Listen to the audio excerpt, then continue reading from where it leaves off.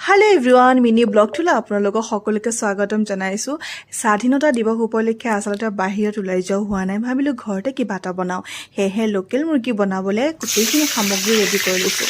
কেৰাহীটো গৰম হোৱাৰ পাছত ইয়াতে শুকান জলকীয়া, তেজপাত আৰু লগতে পিঁয়াজখিনি দি দিলোঁ। তাৰপিছত অকণমান ভাজি হৈ যোৱাৰ পাছত ইয়াতে নিমখ আৰু অকণমান হালধি দি দিলোঁ। পাছত বাৰু লাগিলে দি দিম।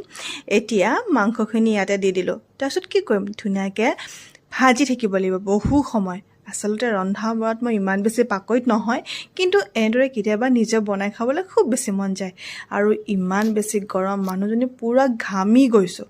মাংসখিনি হোৱাৰ আগমুহূৰ্তত এটা বিলাহী কাটি লৈছোঁ আৰু সেইখিনি দি ল'লোঁ। এতিয়া মাংসখিনি জোলখিনি চাওকচোন, ইমান ধুনীয়াকৈ উতলিছে। এতিয়া দেখিয়ে খাওঁ খাওঁ লাগিছে আৰু ৰৈ থাকিব নোৱাৰি দেই। সেয়েহে ফটাফট একেবাৰে প্লেটখন সজাব হ'ল। সেয়েহে ধুনীয়াকৈ প্লেটখন সজাই ল'লোঁ। আৰু আজি